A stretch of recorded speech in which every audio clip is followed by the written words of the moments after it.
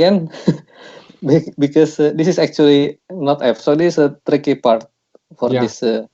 this one. But I think it's fine. But if you think that you are stuck, just send me email and I can give you some hint. Okay. Okay. So So the hint so far is that we have to linearize the Lagrangian as well. yes, exactly. Okay. Mm. Okay, that is for number 2, sequential quadratic programming, and then number 3, this is quite straightforward. So we have this optimization problem. You need to minimize this function, but here C1, this is a constant, which is, and then this C1 is unknown. Okay, C1 is unknown, and then you need to decide whether it is a convex optimization problem or not, which is quite straightforward actually, because C, even though this is unknown, but this is only constant. Write down the category condition is quite straightforward, and are there any value for the constant C which make the point? I think this is also okay. Number 3.2, this is quite straightforward, especially the question number, the first question and the second question, it is quite easy. The third also, it's quite straightforward when you look into the structure of this objective function. Okay. Now this is number 4. This is optimization of dynamical system. This is what we are going to discuss today. So I guess I also show you this this file, merging optimization and control, and then maybe some of you already read section 3.5.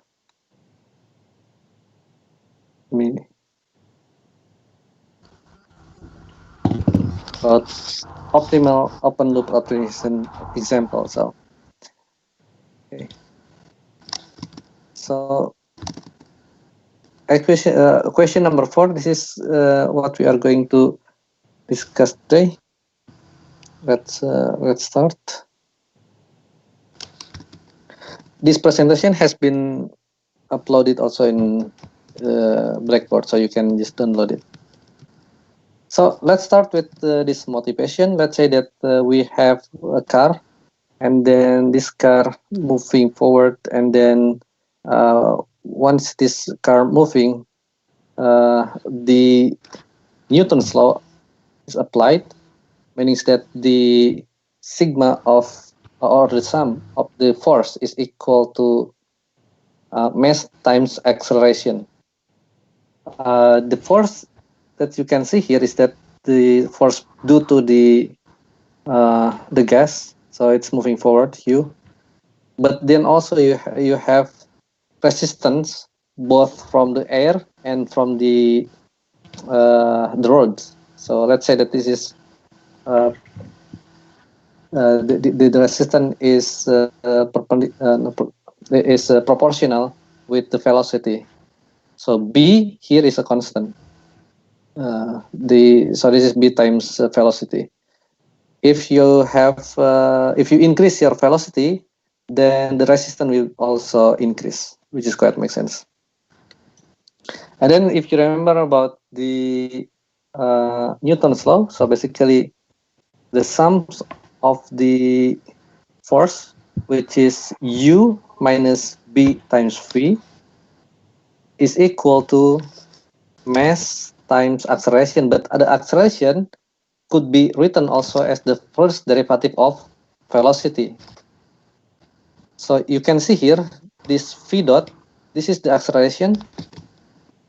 And then if you multiply all of this with m, so you have acceleration times mass, which is this the Newton's law. Here you have minus b times v because of this term, minus b times v, minus because the direction is this is backward, the direction is backward. These terms you ended up with u, which is the forward term. So this is the state space of a car moving in one dimension. Okay. You can see here that minus b divided by m, this is constant, and 1 divided by m also is a constant. But of course, in reality, m is not constant, because you lose the gasoline when you are driving your car. So it's changed a little bit, but we assume that M is a constant during this. During this journey, for example, from A to B. So it's constant. And then this is, if we think about this MPC framework. So I think I show you this this figure before. Basically, let's say that you are in here at the present. Let's say that this present is t equal to 0. So you have t0 in here. This is the past. This is the future. And then what happened is that you have the state. This one, the green one is the state or the measurement. For example, that this is the velocity. Okay, you know the velocity from speedometer. And then this is let's say this is v0 or x0, the state at 0 point or the present. While this one, the red one, this is the control input that we need to determine. Okay, so the idea of MPC is that like this. So we are in the present at t equal to 0. So let's say that t accent is equal to 0 just for simplicity. And then you use your model to predict what happened next. So this blue dot, this is what you get from the model. And then let's say that your objective is that you want to make the state equal to 0. If you think about that, like you are driving a car at 80 kilometers an hour, and then you want to go to 0, you want to stop, then you press your brake, and then meanings that I mean, when you're driving, you basically you have one controller, but then this controller is combination of pressing the gas. Pressing the pedal, gas pedal, and also pressing the brake pedal, right? So that's how you control the speed of your car. So basically, in this case, you want to make this the velocity goes to 0, and then in order to make the velocity goes to 0, from this equation, so you want v this one equal to 0. From this equation, you want to determine what is the best u. Okay. And then using optimization, you get this profile of u. Okay. So this is from the model. All of this is from the model. But you are in here. And then once you get optimal u from solving this optimization, I will show you what kind of optimization happens in here. You only use the first u, this is the u0, as your only input. Okay, so you only use the first one here. Once you get the u, you apply u, and then you will get new state, let's say x1. And then at x equal to 1 here, you do the same things, and then just moving like that. So that is the idea of MPC. Okay. Up until here, do you have any question? Is it clear? So I haven't shown you what kind of optimization in here. It's quite abstract up until now, but I will show you later, and then I think you will have a clear description what I'm talking about here. Okay. Was it clear? I hope it's clear. Yes. Yeah, it's So basically, this is the state. Yeah. Okay, that's good. So the green one is the state, the current state. Let's say x0. And which is known, and you want to determine what is the best control strategy, which is u0. And in order to find this u0, you do this MPC.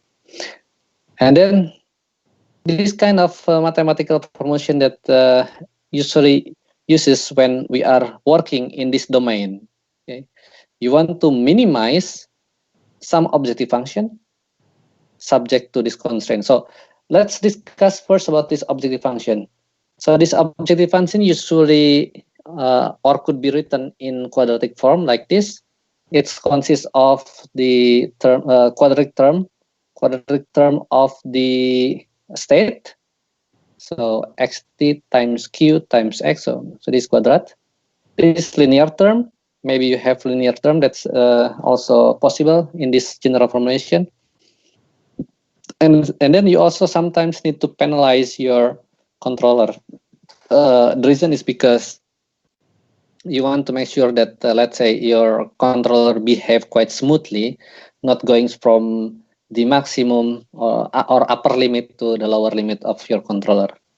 Okay, and then you can play with this R if you want to have a smooth controller. Then you make this R quite big. If you want to more aggressive, you make this R quite small. Okay. So, for example, in this example, we are driving 80 kilometers an hour, and then you want to make a stop. So from 80 kilometers an hour, you want to go to 0 kilometers an hour. And then the profiles of your velocity, this is what you expect to happen, like this. So the objective function could be the distance between each of this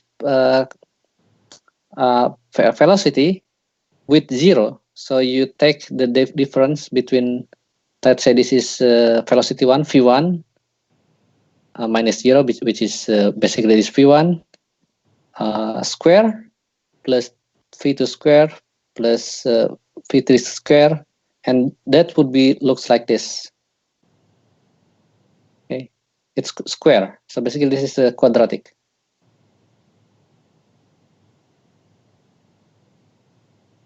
Right, this is quadratic, and then you could also put some restriction in u. So this is ut. Let's say that ut is basically the distance between this u with u at equal to 0. So even though the Cartesian, this one is the same, actually it has a different dimension between u and x. Okay. So let's say that you don't have yes. Here in this equation, you have the last piece at the end with delta ut. Yeah, where does that come from? Because that's not how it's stated in the book.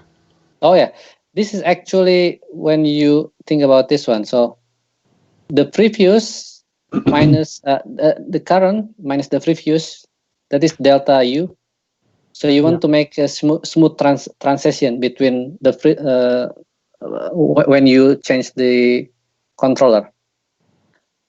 Okay. Sorry, I think I made a mistake. So this is to make sure that your controller is quite smooth, but this one to make sure that you have minimum energy, because minimum energy when you so let's think about like this. So the actuator of the controller will spend some energy to go from, let's say, from maybe, I don't know, this is 50 degree. If you think about the pedal, it has a degree to 0, let's say. So you also want to minimize the energy uses to actuate it. Okay. So you also want to make sure that u is not going maximum. Okay, so q and r is used to scale between x and u, and r delta t is used to scale the change in yes, u. Exactly. Okay. So does that make sense? This is quite important part actually. Yeah. Okay.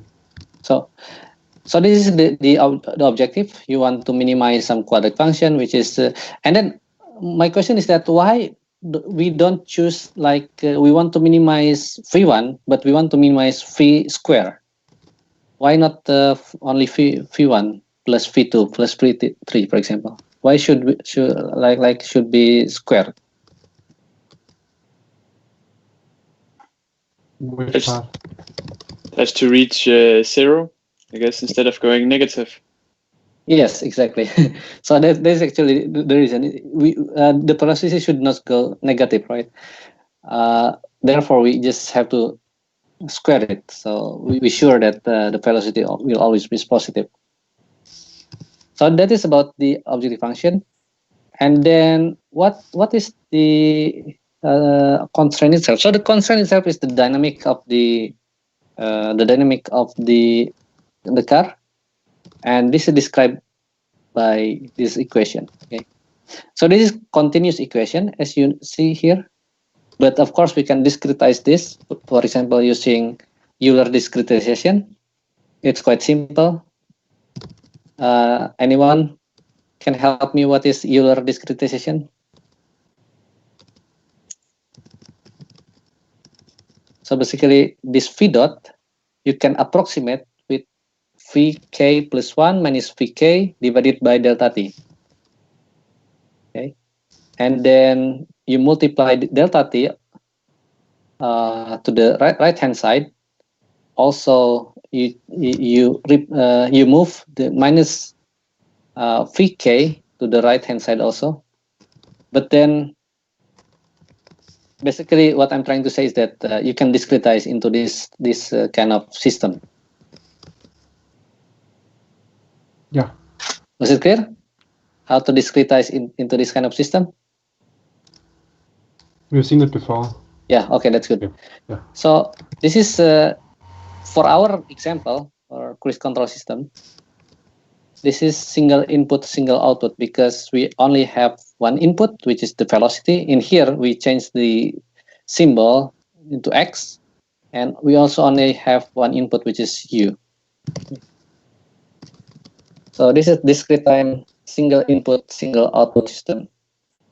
And then we can make a prediction using this model. For example, like if I choose t equal to 0, then what I get is that a x0, which is this one,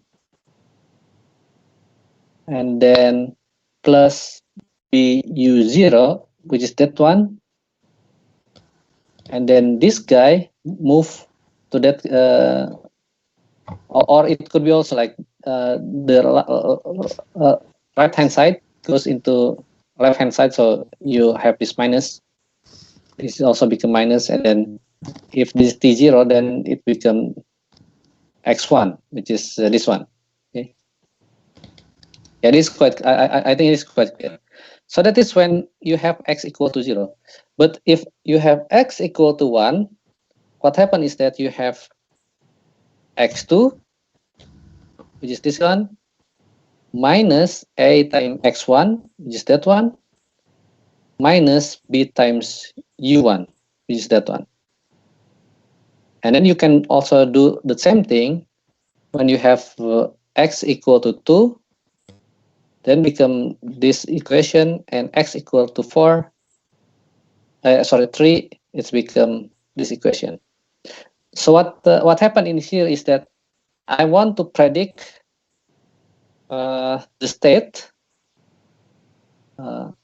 until t equal to time equal to 3. Okay. When time equal to 3, I have x4 minus ax3 minus bu3. Was it clear? Yes. Yeah. Very good. So this is the model that I can use for prediction. And then if you look into this one, so this is actually x1, x2, x3, and x4. This one become u0, u1, u3, u2, and u3. Okay. You see here that x is until from x0 until x4, but u is from u0 until u3. Okay. So I mentioned to you that here, this is the position of x0. This is x0, and you can get this from sensor. While here, this is unknown. This is something that you want to calculate. from this optimization. Okay, so remember that x0 is known, while u0 is something that you want to determine. So if you look into this one, this is known. This is something that you want to determine, while x1, x1, x2, x3, and x4, including u1, u2, and u3, this is something that unknown, which is something that you want to determine from the optimization. Agus, I had one. I need to know one thing just here. Yeah. So at x equals to 0, we are predicting the future three more steps. Yes. But then the MPC framework only takes one step and re-evaluates again four future steps. Yes, exactly. Yeah. Okay. Yeah.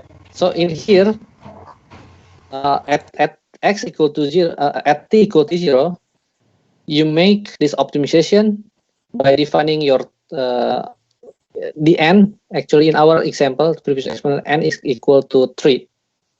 Okay, because we only want to predict until 3 steps, and this n is called the time horizon. It's called time horizon.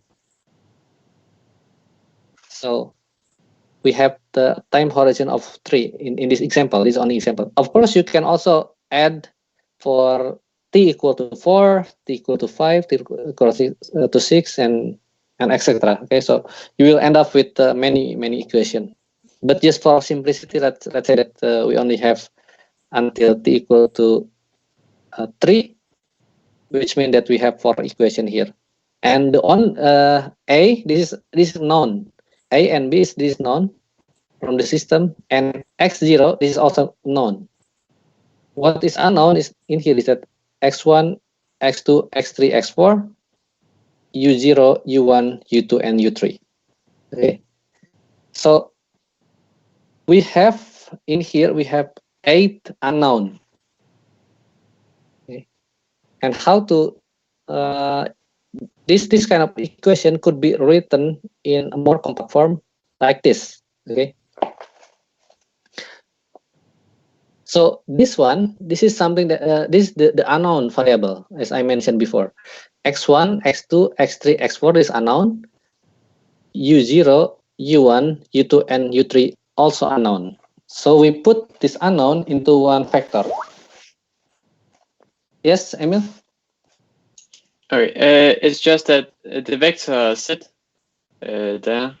Yeah. If we have the delta u term, would we also have delta u1, delta u2, and so on in the vector? Okay. No, because delta u, this is only for the objective, except if you have requirement on delta u like this. Okay. So maybe delta u should be between some value, which is quite makes sense, right? But in this one, in equality constraint, there is no delta u. It's only x and u for the constraint. So delta u won't be appearing here, but it will appear when you have bound constraint like this. So yeah, I hope this is clear.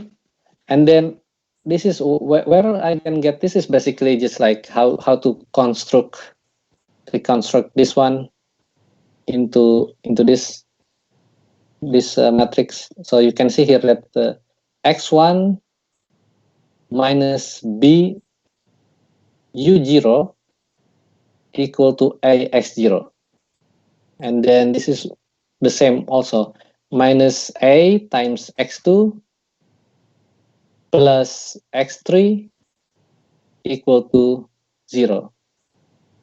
This one. Sorry, you also have this b term, minus b times u1, right? So minus b times u1. Is it clear how to change this one into matrix form? I hope it's clear. Do you have any question? No, it's clear. No. Very good. So, and then why we put this I times x0, it's because I mentioned before x0 is known, right? You measure this from the sensors. So this is how to separate this something that unknown, and this is something that known.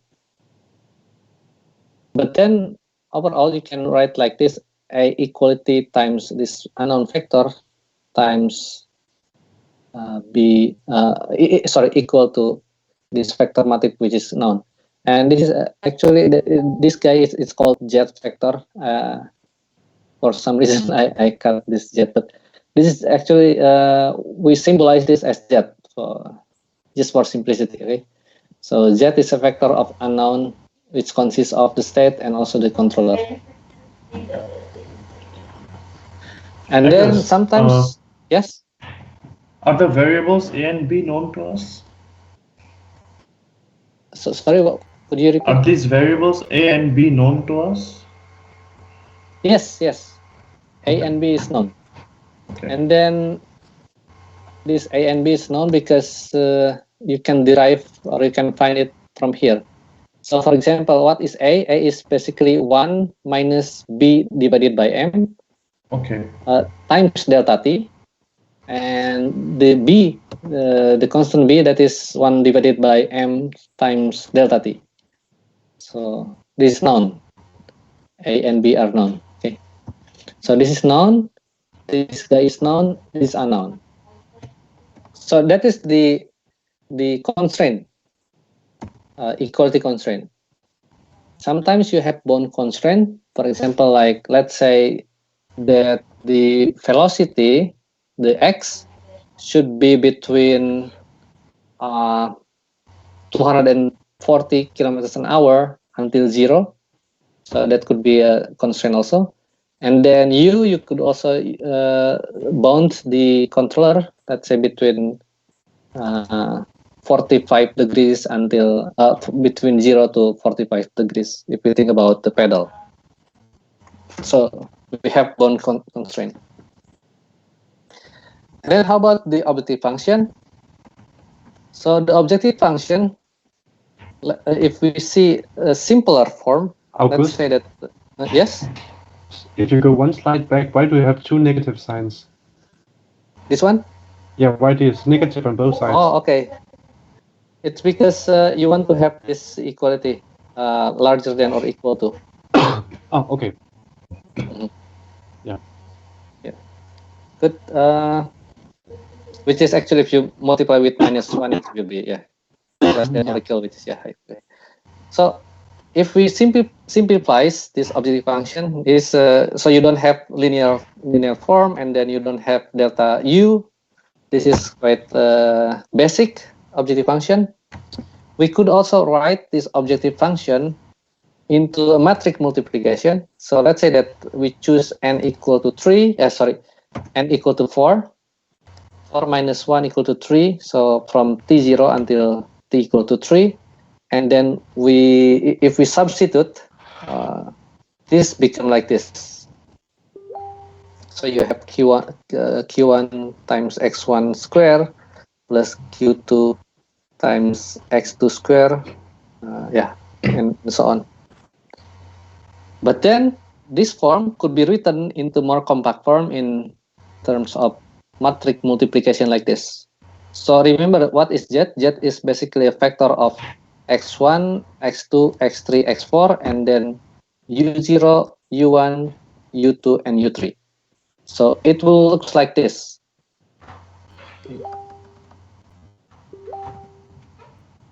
The matrix in between matrix G is given like by this equation. I hope this is clear also. So you can imagine that this Z is a vector of x1, x2, x3, x4, and then u0, u1, u2, and u3. This is also the same, but you take the transpose. If you multiply all of these things, it will equal to this guy. Okay.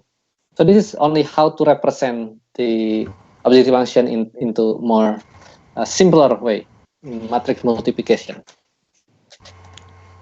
Okay. So yeah.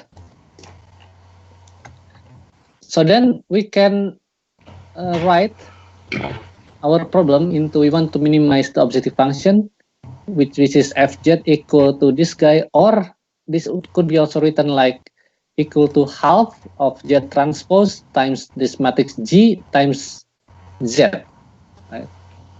This like this. Subject to this equality constraint, and sometimes you have inequality constraint. And then if you see this form, this is like quadratic programming problem that you already learned 2 weeks ago, or not 2 weeks, but 3 weeks ago. Quadratic optimization. You have quadratic objective function subject to equality and inequality constraint. And then 3 weeks ago also, I already introduced you with quadprog programming in MATLAB.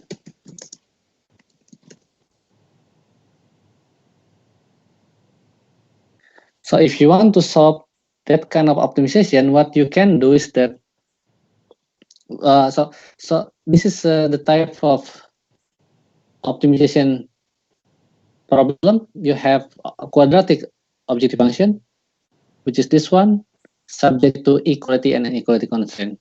So if you want to use MATLAB, then you can use this quadprog to solve this optimization problem. Now this is only, yes, Emil? It's the Q and R values I was had a question about. How do we choose these parameters? Do we have any methods for that, or is it just trial and error? Yeah, not trial and error.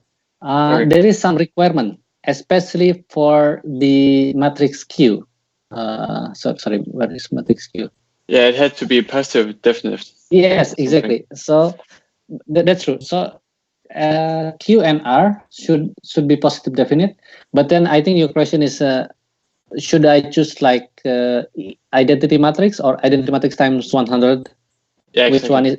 Which one is better? So the logic behind that is that, so let's say that you want to minimize this function, and then if you put larger Q matrix, okay, if you put larger Q matrix, let's say 100 times identity matrix, what happened with X? What happened with the state? The state would go smaller because you have bigger Q. Can you imagine that? So if you put,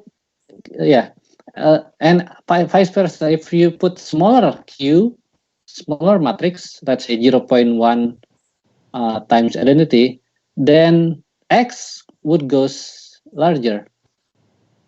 So that is about your preference, what you want to, if you want to have a more aggressive response, then meanings that Q should be smaller. But if you want to have smaller response, which means that X quite small, then you can use bigger Q. So this is about preference, but then in practice, what you need to do is just to do some sensitivity of this matrix. And then, because when you design the controller, of course, you have requirement, right? So you choose different Q and then see if this Q satisfies the requirement. Okay. But there is no general rules how to choose this Q. As long as it's positive definite, then it's fine. And then we can show this example by looking into this exercise. So I think it will be clearer when we do this exercise. Can I ask a question first? So it seems that you're changing between SISU and MIMO systems, because this is a SISU system, right? Yeah, this is SISU. But the equation from before, one up. This is which one? This one? No, back. These they are also going front and okay. I think this is SISU. Yeah, this is also. Okay, so this is also SISU. Yeah, because X. This is not a SISU. vector. It's not vector, but only moving to the next time step. Yeah. Oh yeah, this is CISO but with future predictions. Yes, this is so, but future prediction. That's true. Only one input, which is U, and one output, which is X. So let's do this exercise. I already give you the codes in Blackboard. I don't remember how to make this bigger. Can you see this clearly or not? It's fine. It's fine. Okay. So this is the parameters according to this example. So this is an example of seesaw problem. Xk plus 1 equal to A times xk plus B times uk. And then we choose A equal to 0.9. While B 0.5. This is only random example. And then we set x0. This is the initial. If you think about initial velocity, or but this is actually not about. This is not about the example of cruise control system, but this is only like general example. And then you set the x low -10, x height 10, and then you also have a bound constraint of u between -2 and 2. And then you choose tuning parameter q equal to 4 and r equal to 1. This is q is for x while r is for u. So this is the parameter that I use. X0 equal to 1. Then I define the constraint. I define the time horizon equal to 4. Let's say that why I choose x rep, because I want to make the x goes from 4 to 0.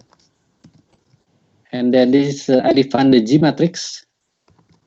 The G matrix is basically this guy.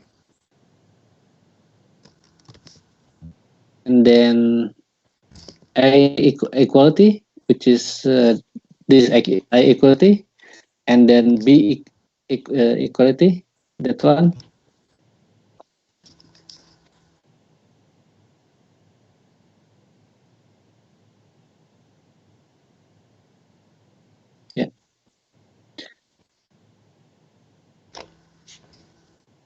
And then I can write the upper and lower bound like this. This is actually the same when we learn about quadratic programming, and I introduce you with the quadproc program. So here G is the matrix, G and then F and then etc. Okay. So if you run this, so you have this kind of response.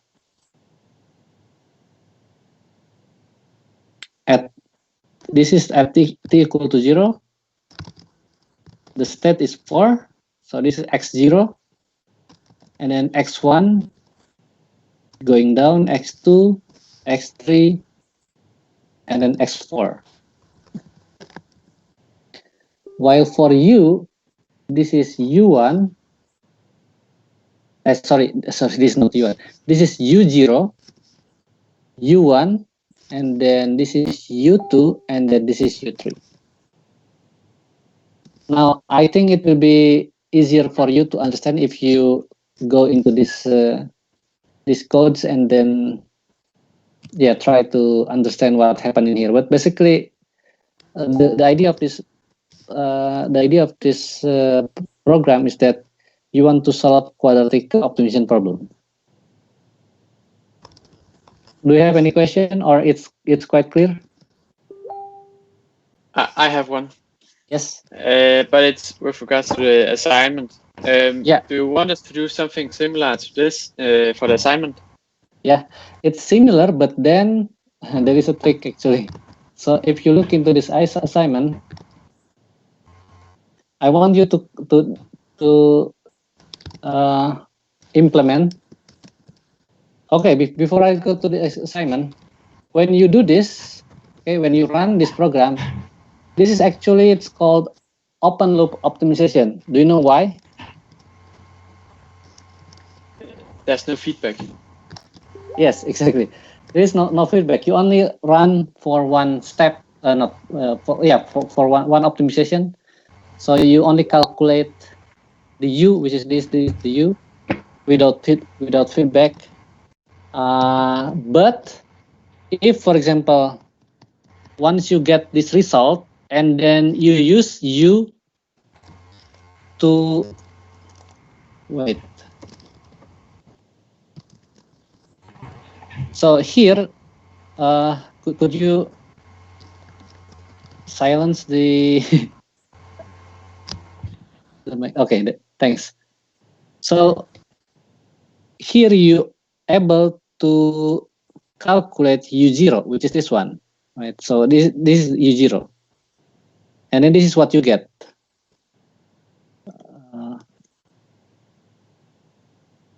So this one is actually this guy.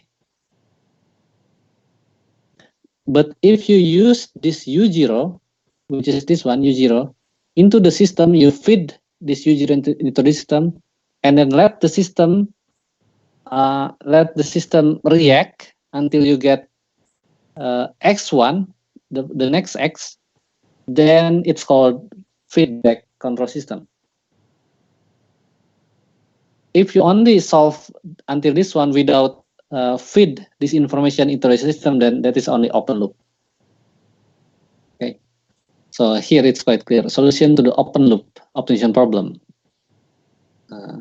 Here in this program, I didn't feed the information back to the system. It's only for one-time optimization. Therefore, it's called open loop. Okay. So in this assignment, I want you to implement this open loop control for cruise control system described in this website with time horizon equal to 10. Remember that in our example, the time horizon is only until t equal to 3. Okay. T equal to 3 is equal to this, meaning that the n equal to 4, because we calculate t from 0. So 0, t equal to 1, t equal to 2, and t equal to 3. So what I want to do is I want you to change this 4 become 10. This for your assignment. But then it will change, remember, it will change the structure of matrix G and also the structure of matrix A this one. Okay, there is a lot of things to change. And then I also mentioned that the reference points is 20 millimeter per second, meaning that this X refs not 0 anymore, but 20. Okay. Yeah. I have a question regarding the reference. Mm-hmm. The one for the assignment we designed, does it need to reach the reference within the time horizon? So could you repeat? Yeah, like the velocity. Does it need to reach the reference within the time horizon? No. Okay, good. No, because it's open loop, so it's fine if didn't reach. But you could also try to tuning this gain. Okay. So what happen if you have non-zero? Okay. What happen if you have non-zero reference? Is that like this? So you can imagine that you have reference point in here, non-zero. Let's say 20 meters per second. So you want to minimize not x square, not or v square. This is the velocity square, but you want to minimize v minus 20 square. Could you imagine that? So you don't want to minimize v square, because if you want to minimize v square, then v will goes to 0. But you want to minimize v minus 20 square. So v minus 20, and then you make it square. Because then the solution of v minus 20 and then you put it square, is phi equal to 20. Could you imagine that? Let's say that maybe I...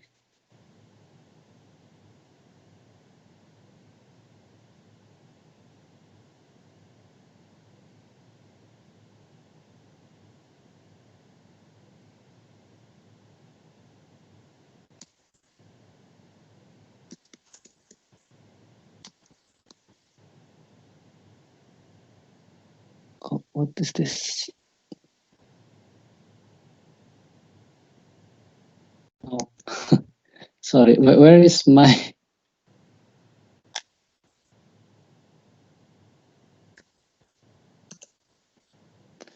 Okay, let's use this simple tools.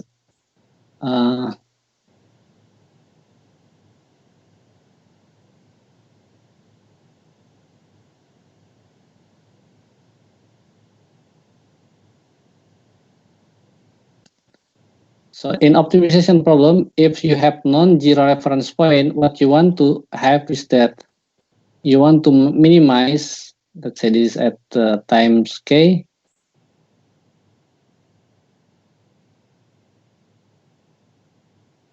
square.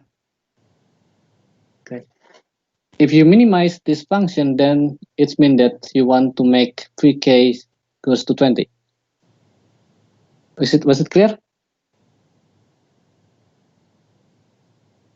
Yes.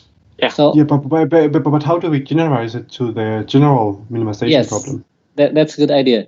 That's a good question. So if you write this, it could be written like this also: phi k square minus 40 phi k plus 400. Okay. Now, if you want to minimize this function, it doesn't matter with this constant, because the result will be the same. If you remove this 400 or put this 400, the solution for this optimization problem will be the same. Why? Because this 400 only makes the value of your objectives going up and down. Okay, but the solution itself, it will be the same, which is 20. So you don't really need this one. But then you see here, this is very important. What you can see here is that you have a quadratic term and you have also linear term.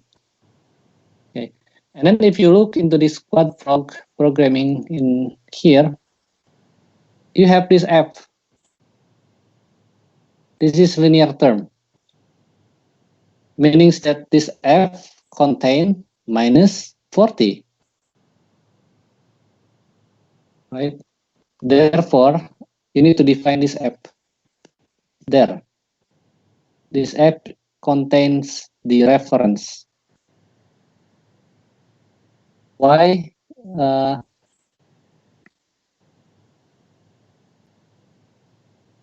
Is it clear? Yeah. Really? So if we have, I can just send you a screenshot. Yeah. If you have, this is the standard equation that we are going from.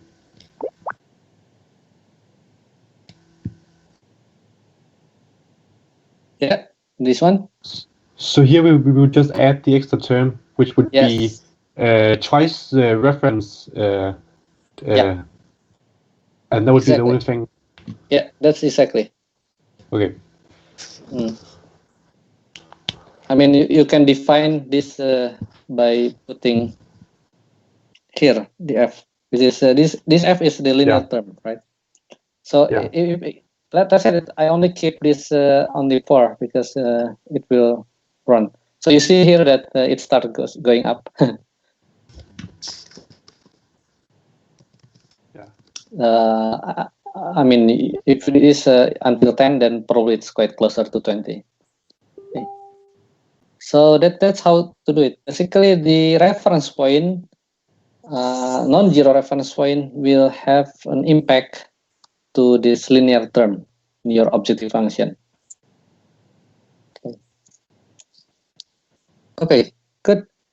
So I hope you now you can solve your problem.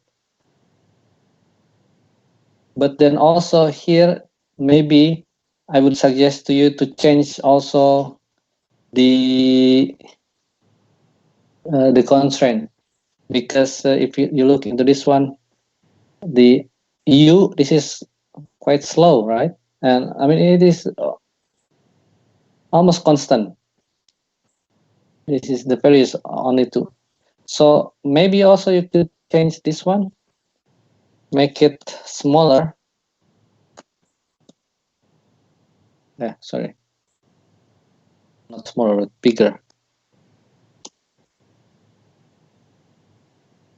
So you see here, but then you need to fix this this u also. So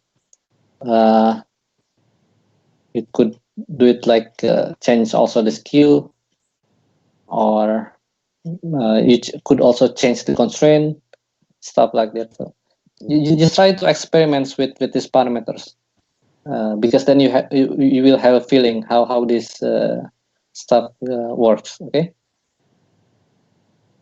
maybe my hard is too big. Yeah. Do you have any question?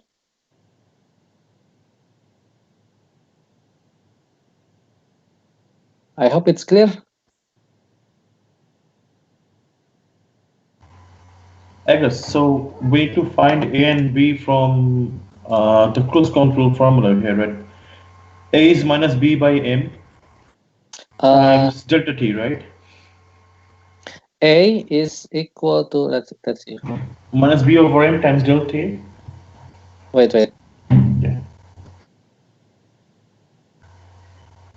So A, the first coefficient, that is 1 minus B over M times delta T, yes. While B is equal to 1 divided by M times delta. Okay. Right. So what can we take as delta T here? Delta T should be quite small for Euler. So let's say 0.01. That should be okay. Okay. Thanks. I think I used also 0.01 in my simulation. Where is my delta T? Oh, in this simulation, basically the delta T is already added in this A and B. Okay. Okay, that's good.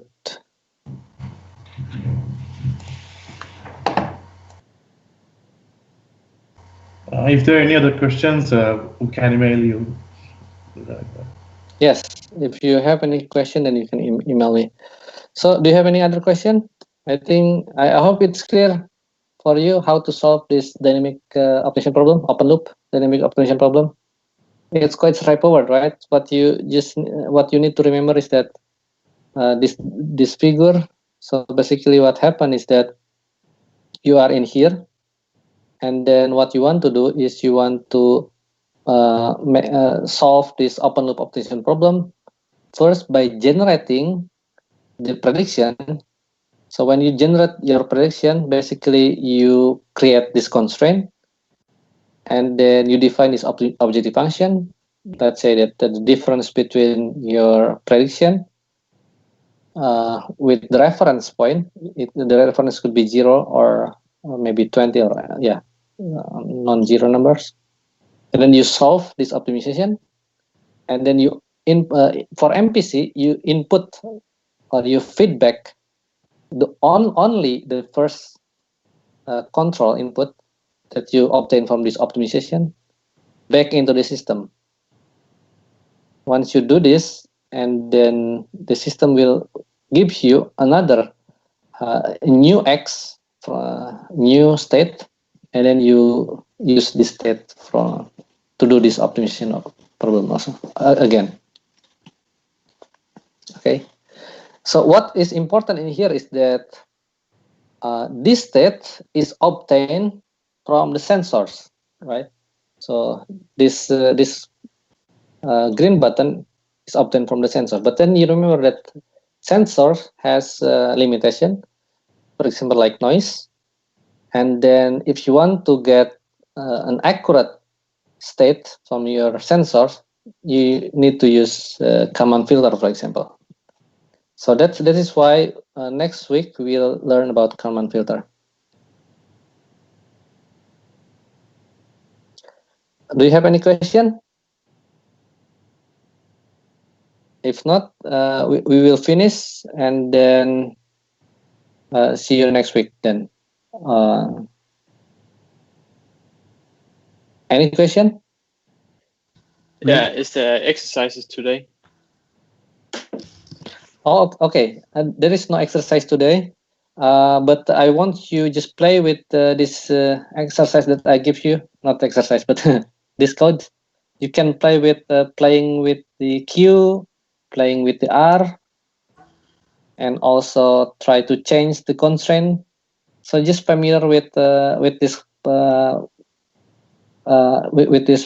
program, because then it will give you a better idea on how this open loop optimization problem work. Okay, so there is no exercise, only how to play with this. The exercise maybe I can say that the exercise is playing with this program. Okay. And then remember that you have assignment also.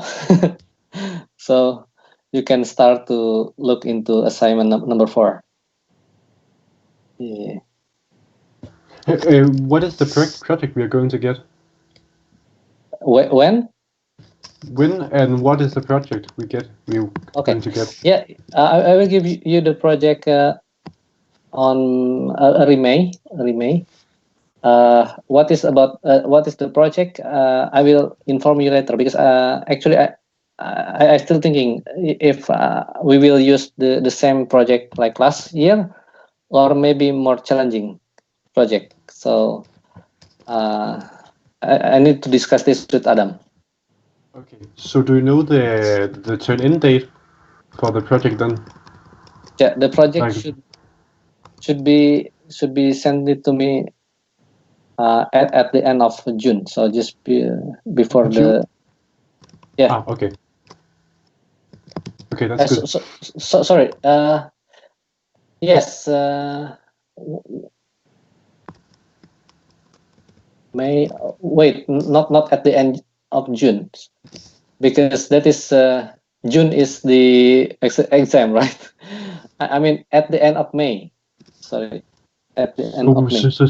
So we get it in the beginning of May and have to turn in at the end of May. Yes, exactly. Oh, it's just that we have 2 or 3 other projects that have to be handed in at May too. Oh, okay. Yeah, similarly, we have 3 projects, 3 other projects running. Okay. Including the semester project. I think the project it won a big project actually. The magnitude it's almost similar with the assignment, but then like the assignment we have the 3 to 4 question, but project is only 1. But it will include, like, for example, like Kalman filter and also optimization.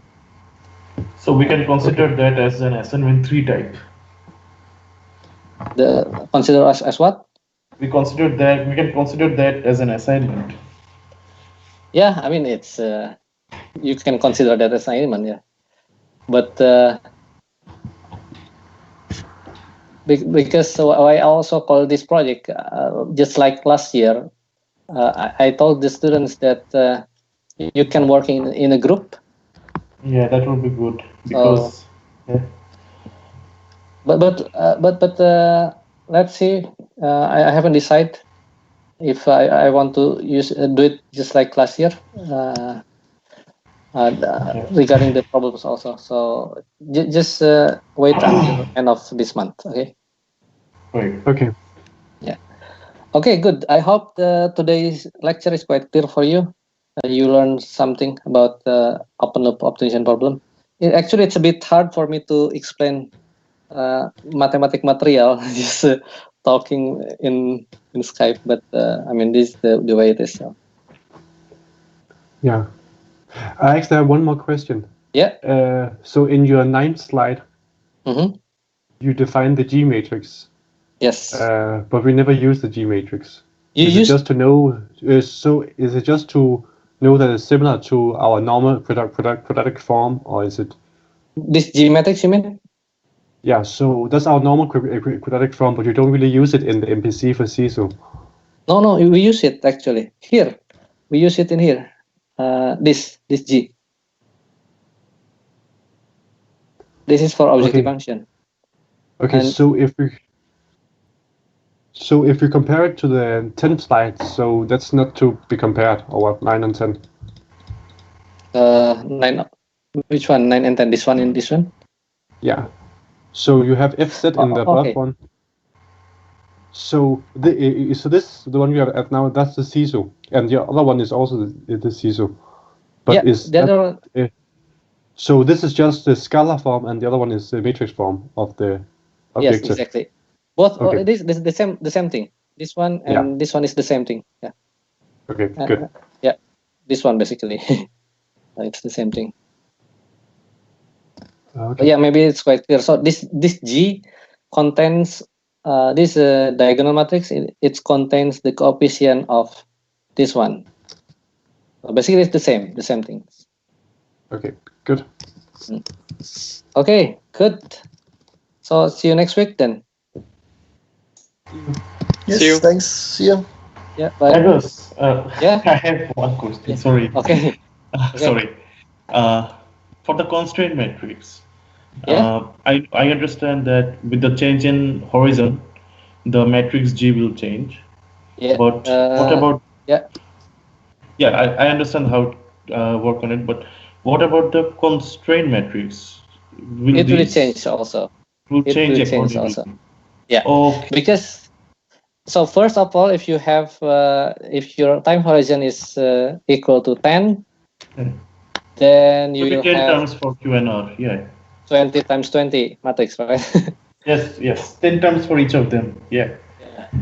And then this one, the matrix prediction matrix, this you also will change also because now you have 10. Right. Oh, sorry. Yes. I should have written it. Yeah. So, Okay.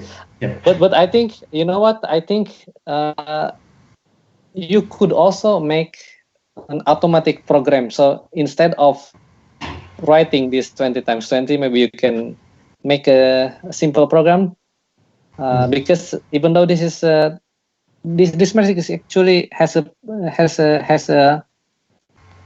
what you call it, has a structure, right? For example, this one, this Q.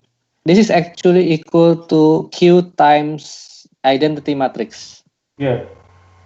And this is also R times identity matrix, while this is 0. So you can see here as 4 blocks of matrix. And then you can make it simple. So that's only my suggestion, but you can do it better, I think. Okay. So I will have another lecture with the second group. Okay. See you next week. Yeah. Thank you very much. See you. Bye. See you. Bye. Bye. Bye.